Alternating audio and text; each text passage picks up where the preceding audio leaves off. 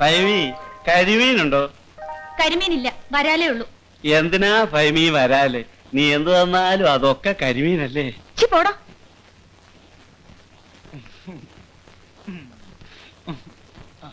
കെട്ടിയതാണെന്നും പറഞ്ഞിരുന്നു, ദേ കേട്ടില്ലേ? അവൻ ചുമ്മാ തമാശ പറഞ്ഞല്ലേ ഫൈമി, നീ അതൊന്നും കാര്യമാക്കണ്ട.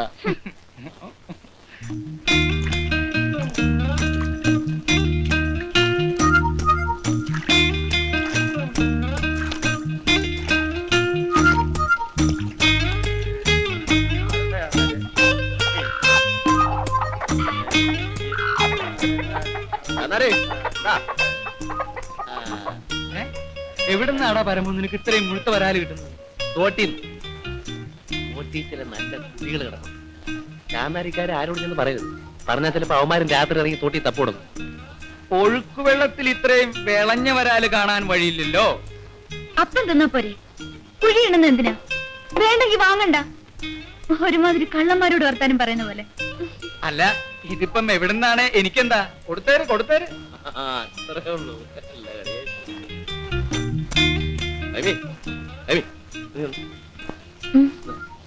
അല്ല പിന്നെ നമുക്കൊന്ന് കാണണ്ടേ?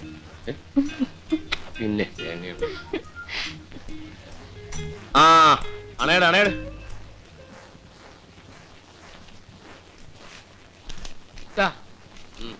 അത് മതി.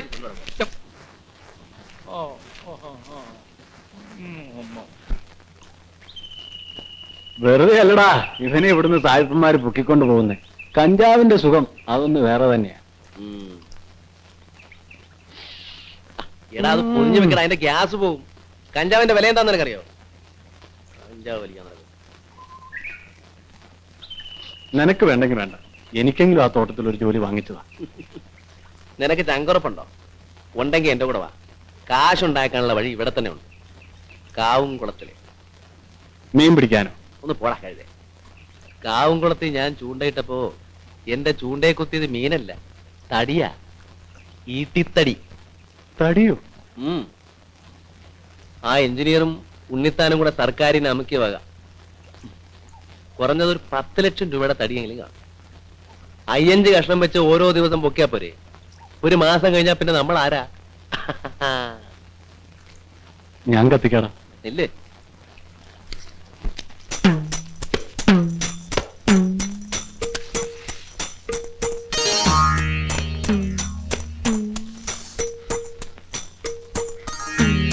കൊടുക്കും മിന്നിക്കണേ.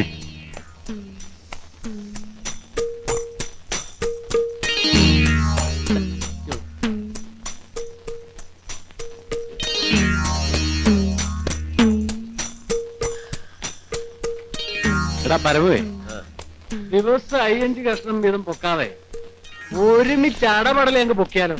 എന്നിട്ട് ചായക്ക് രാമാനം വള്ളത്തെ കയറ്റി ചങ്ങനാശ്ശേരി കൊണ്ട് വിൽക്കണം. ഐഡിയ കൊള്ളാവല്ലോടാ. മോഷണത്തിന്റെ കാര്യം പറഞ്ഞപ്പോ ചെക്കന്റെ ബുദ്ധി കളഞ്ഞ കണ്ടില്ലേ? ഏതായാലും ശരിക്കും പ്ലാൻ ചെയ്ത് ചെയ്താ മതി.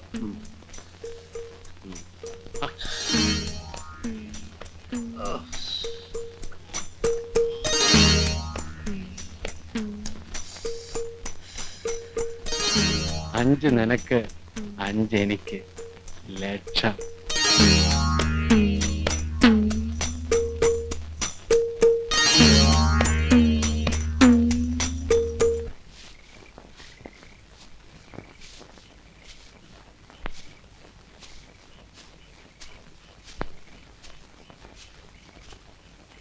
കുറച്ചുകൂടെ നേരത്തെ എത്തേണ്ടതായിരുന്നു.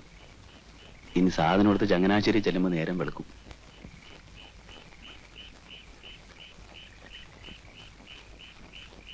കുഴപ്പമൊന്നും ഉണ്ടായിരുന്നാ മതിയായിരുന്നു. ലൈറ്റ് താത്തി അടിക്കണം.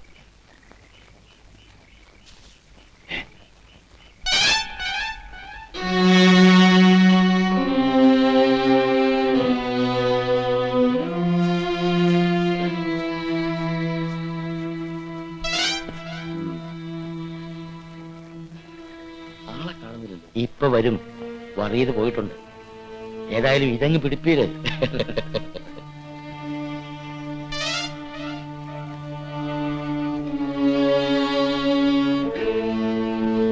അധികം താമസിച്ചാൽ ഇനി പറ്റില്ല. രാവിലെ ഓഫീസ് സമയത്തിന് മുമ്പ് തിരുവനന്തപുരത്ത് എത്തണം. സെക്രട്ടറിയുടെ വീതം കൊടുക്കണ്ടേ? സെക്രട്ടറിയുടെ വീതവും. ആ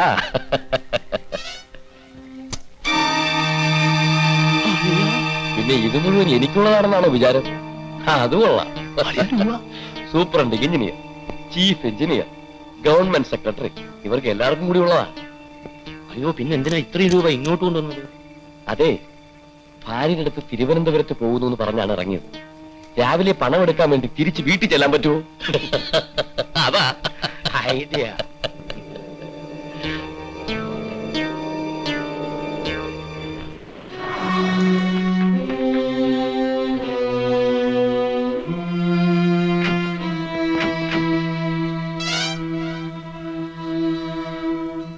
എന്റെ പൊന്നു പറയതേ, നേരം വെളുക്കുന്നതിന് മുമ്പ് ഭൈമിയെ വീട്ടിലെത്തിക്കണം. നാട്ടുകാരറിഞ്ഞാൽ ചാന്നാര് വെക്കും. നേരം വെളുക്കുന്നതിന് മുമ്പ് വീട്ടിലെത്തിക്കുന്ന കാര്യം ഞാനേ. വാ വാ പോകാം.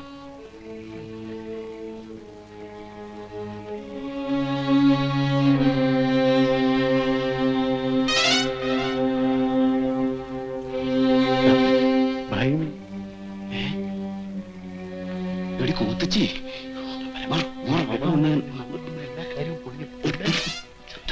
പിന്നെ എന്താ ഇത്ര താമസിച്ചത്? ആ വാ വാ. ഇതിനൊക്കെയാ സാറേ യോഗം എന്ന് പറയുന്നു.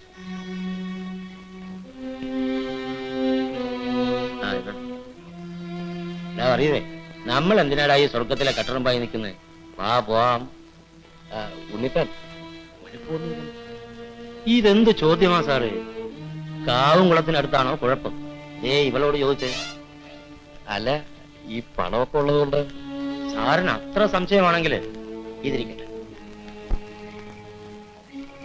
പിന്നെ തന്നാ മതി. ആ, ഉം? ആ. അതിരാവിലെ വറിയത് വന്ന് ഇവളെ കൂട്ടിക്കൊണ്ട് പോയിക്കോളൂ. അപ്പൊ പറഞ്ഞതുപോലെ. ഞാൻ തിരുവനന്തപുരത്ത് പോയി വന്നിട്ട് വിളിക്കാം. Okay okay.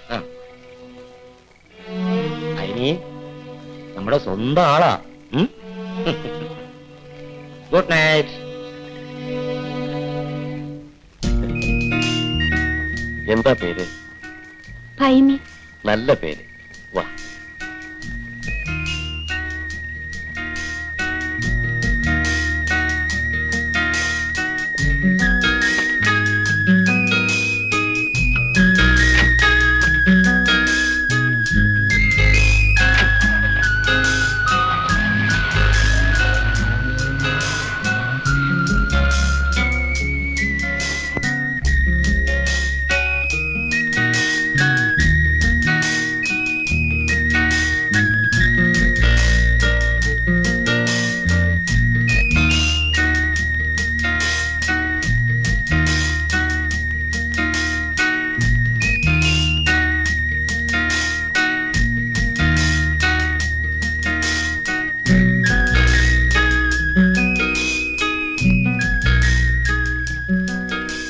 ഇവനെ ഞാൻ ഇന്ന് കൊല്ലും. ഒരു വെടിക്ക് രണ്ട് പക്ഷി. നീ കണ്ടില്ലടാ അവന്റെ പെട്ടി നിറച്ച് പണം. പക്ഷെ തോക്ക് അതൊന്നും സാരമില്ല, അവന്റെ കാര്യം ഞാനേറ്റ്. അവളെ പേടിച്ചാൽ വിളിക്കാൻ നീ നോക്കണം. അത് ഞാനേറ്റു. അന്നവാ.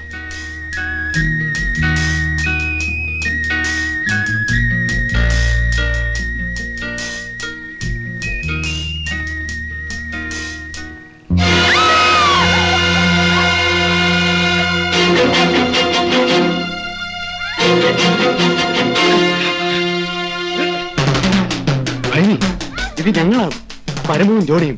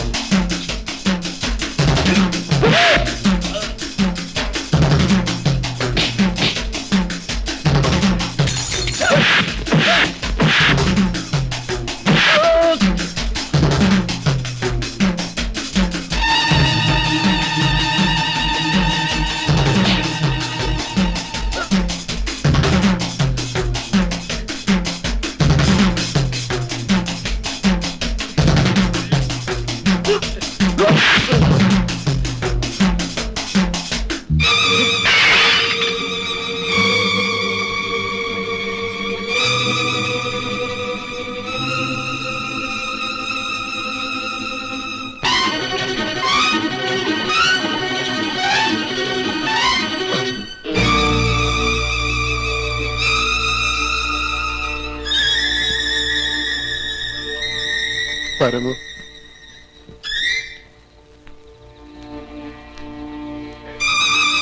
പേടിക്കാതാ, നമ്മൾ 3 പേര് മാത്രമേ അറിഞ്ഞിട്ടുള്ളൂ.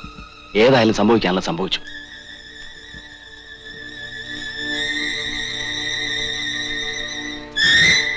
ഇത് ഉണ്ണിത്താന്റെ തോക്കാണ്.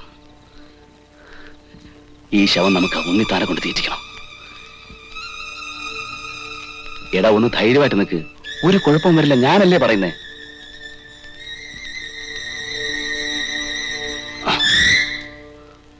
ചുരുങ്ങിയതൊരു 10 ലക്ഷം രൂപയെങ്കിലും വരും. ജോണി, തൽക്കാലം നീ ഇതെടുത്ത് ഒളിച്ചു വയ്ക്ക്. നമുക്ക് വന്നിട്ട് പങ്കുവയ്ക്കാം. വന്നിട്ടോ? അപ്പൊ നീ എവിടെ പോകുന്നു? ഞാൻ ഇവളെയും കൊണ്ട് തോട്ടത്തിലേക്ക് പോവുക.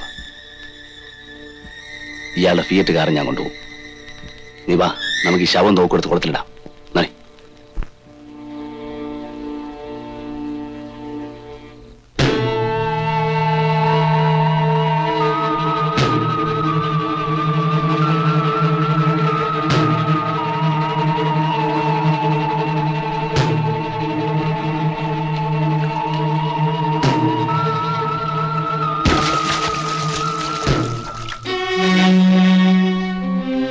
ഞാൻ പോയിട്ടോട്ടെ. പരമു, നീ എങ്ങനെ പോയാൽ പോലീസും അന്വേഷണവും ഒക്കെ വരുമ്പോ ഞാൻ എന്ത് ചെയ്യും? വേണ്ട, ഞാനും കൂടെ പോരാ. ഒരു ചുക്കും വരില്ല. പോണ വഴിക്ക് ഞാൻ എവിടെന്നെങ്കിലും പോലീസിന് ഫോൺ ചെയ്ത് പറഞ്ഞോളാം, ഉണ്ണിത്താനാണ് എഞ്ചിനീയറെ കൊന്നതെന്ന്. അന്വേഷണത്തിനും മറ്റും വരുമ്പോ നീ ഒന്നും അറിയാത്ത പോലെ നിന്നോളാം. പിന്നൊരു കാര്യം, നമ്മൾ 3 പേരല്ലാതെ 4-മതൊരാൾ ഇത് അറിയാൻ ഇടയായാൽ ഇല്ല. എന്നാ വയ്ക്കൂ. ജോണി, എന്റെ വീട്ടിൽ കൂടി ഒരു കണ്ണ് വേണം. ഇതിൽ കുറച്ച് കാശ് എന്റെ അച്ഛന് കൊടുക്കണം. പതുക്കെ മതി. ശരി. അതെ. ആ.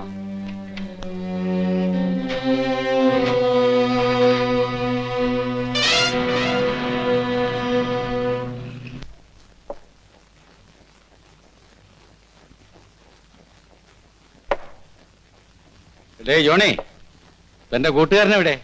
എന്തോ പരമുവിന് ഇന്ന് കണ്ടില്ല. മുങ്ങി കാണും. എന്റെ കൊച്ചേട്ട അതല്ലേ അവന്റെ സ്വഭാവം.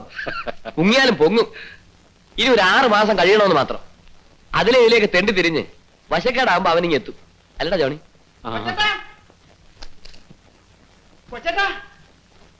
എന്താടാ ഉണ്ണിത്താന്റെ വീട് കയറി പോലീസ് എഞ്ചിനീയറെ കാണാനില്ലെന്ന്? നമുക്ക് അവിടെ വരെ ഒന്ന് പോയാലോ? ആ. വാ.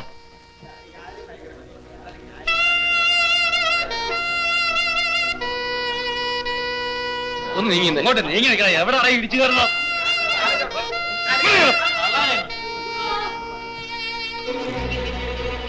ആ കമ്പിയും സിമെന്റും ഒക്കെ ഞാൻ വെട്ടിച്ചതാ, സമ്മതിച്ചു.